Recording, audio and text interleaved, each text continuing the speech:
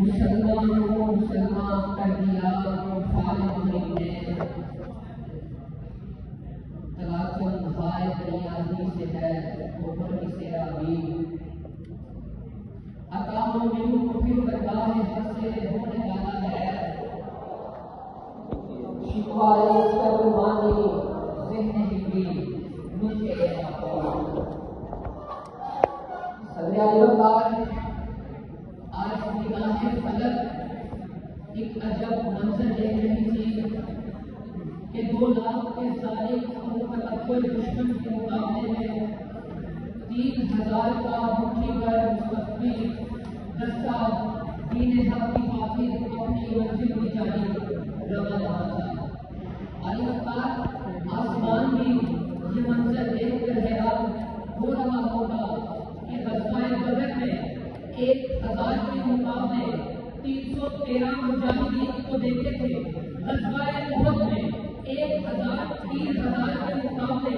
700 مجاہدین کو مد مقابل دیکھتے تھے، غزوہ خندق میں 10,000 کے کفار کو 3000 کے لشکر پر حملہ آور ہوتے ہوئے تو دیکھا تھا، مگر آج کیا ہی عجب منظر ہے کہ ایک مسلمان کے مقابلے میں 66 دشمن وہ بھی اسلحے سے لے مقابلے کے لیے تیار کھڑے ہیں۔ لیکن دوسری جانب میں آپ کو یہ بھی بتانا چاہوں کہ غزوہ موقع کا منظر اور غزوہ موقع کیوں پیش آیا۔ صدر اعظم آپ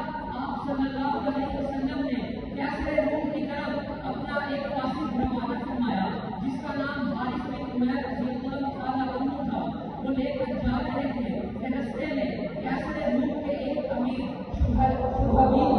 عمر غسانی نے ان کو روکا اور دریافت فرمایا کہ آپ ہی حضور صلی اللہ علیہ وسلم کے قاصد ہیں؟ تو انہوں نے فرمایا جی میں ہوں۔ انہوں نے ان کو رسیوں سے باندھ کر اور زخموں کی طرف نہ لاتے ہوئے اس زمین رفانی سے کوچ کر گئے اور ان کو شہید کر دیا گیا۔ اور جب حضور صلی اللہ علیہ وسلم کو اس بات کا علم ہوا تو آپ صلی اللہ علیہ وسلم نے 3000 کا لشکر تیار فرمایا اور سکینہ الوداع پر ان کو روانہ فرمایا۔ اور جب آپ صلی اللہ علیہ وسلم لشکر کو روانہ فرما رہے تھے تو ایک سفید رنگ کا علم حضرت زید بن حارثہ رضی اللہ عنہ کے ہاتھ میں فرمایا اور لشکر کو یہ فرمایا کہ حارث بن عمیر تمہارے امیر ہیں، اگر حارث بن عمیر شہید ہو جائے، اگر زید بن حارثہ شہید ہو جائے تو جعفر بن ابی طالب تمہارے امیر ہیں، اگر جعفر بن ابی طالب شہید ہو جائے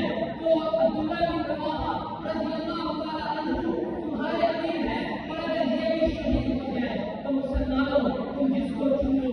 وہی تمہارے امیر ہیں۔ علی اکبر ساتھ آپ صلی اللہ علیہ وسلم نے یہ بھی نصیحت فرمائی کہ تم حملہ کرنے سے پہلے کفار کو اسلام کی دعوت دینا، اگر وہ دعوت کو قبول کر لیں تو بھی بندہ اللہ کا نام لیتے ہوئے تکبیر بلند کرتے ہوئے ان کے اوپر حملہ ہو جائے۔ اگر زید بن حارثہ رضی اللہ تعالیٰ عنہ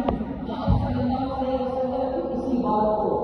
بات پر عمل کرتے ہوئے میدان میں داخل ہوئے، جب دیکھا کہ کفار نے دعوت سے انکار کیا اور آپ صلی اللہ علیہ وسلم کی ہدایت پر عمل کرتے ہوئے حضرت زید بن حارثہ رضی اللہ تعالیٰ عنہ میدان میں حاضر ہوئے اور زخموں کی داغ نہ لگے ہوئے شہید ہو گئے۔ اس کے بعد حضرت جعفر رضی اللہ تعالیٰ عنہ